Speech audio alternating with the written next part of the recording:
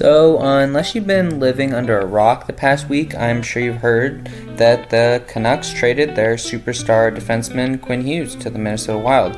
And in return, they got Ziv Boum, Marco Rossi, Liam Ogren, and a 2026 first-round draft pick. But the real question is, who are these three players that the Canucks got in return? I think it's only fair to first talk about the big part of this package, which is Ziv Boum, the freshly turned 20-year-old defenseman from California.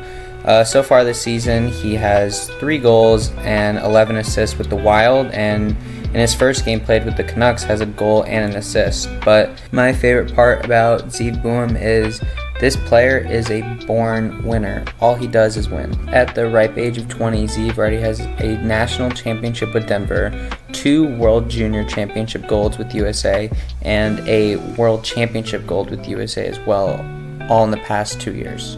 Now, how does Ziv Boum compare to Quinn Hughes? Their freshman seasons in college, Ziv was the more productive player, had a higher points per game, had more goals.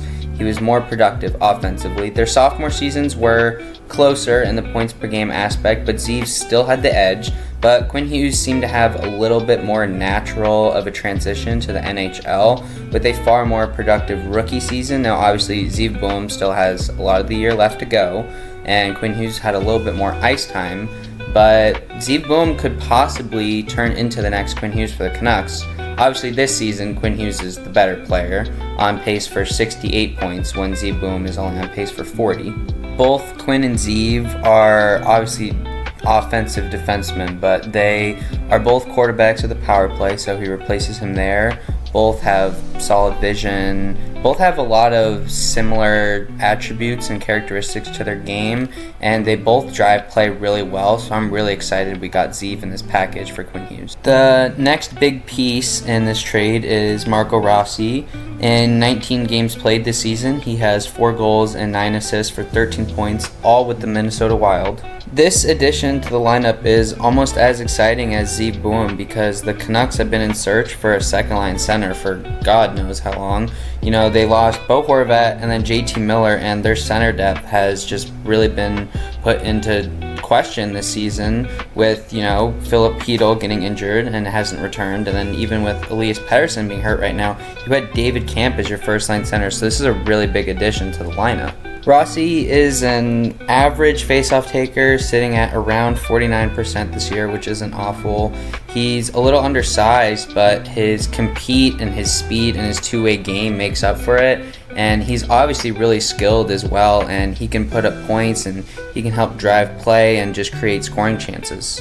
The last player piece in this deal is the 21-year-old Swedish winger Liam Ogren, who is technically a rookie, but has some NHL experience before this. He already has 48 games played, and in those 48 games has 4 goals, 4 assists for 8 points, but has actually dominated in the AHL. In 53 games played, has 42 points with more goals than assists. He's a speedy, power forward-esque type of player with honestly a lot of upside because he was a 19th overall pick back in 2022. Lastly, I want to talk about some prospects that should be available with the Minnesota Wild's first-round pick.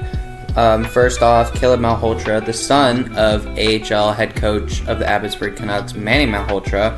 He's 5th in the entire OHL in points with 42 in 30 games.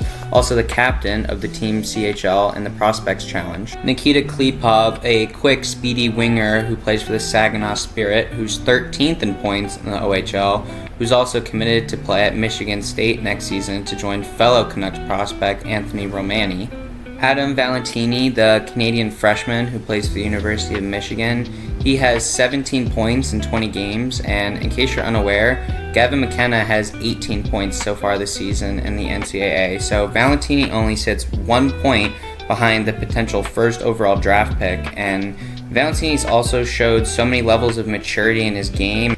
Lastly, JP Holbert is somehow projected to go late in the first round, and he leads the entire CHL in points with 54 in 31 games and is projected to finish with 118 points, which is good enough to also get him committed to the University of Michigan.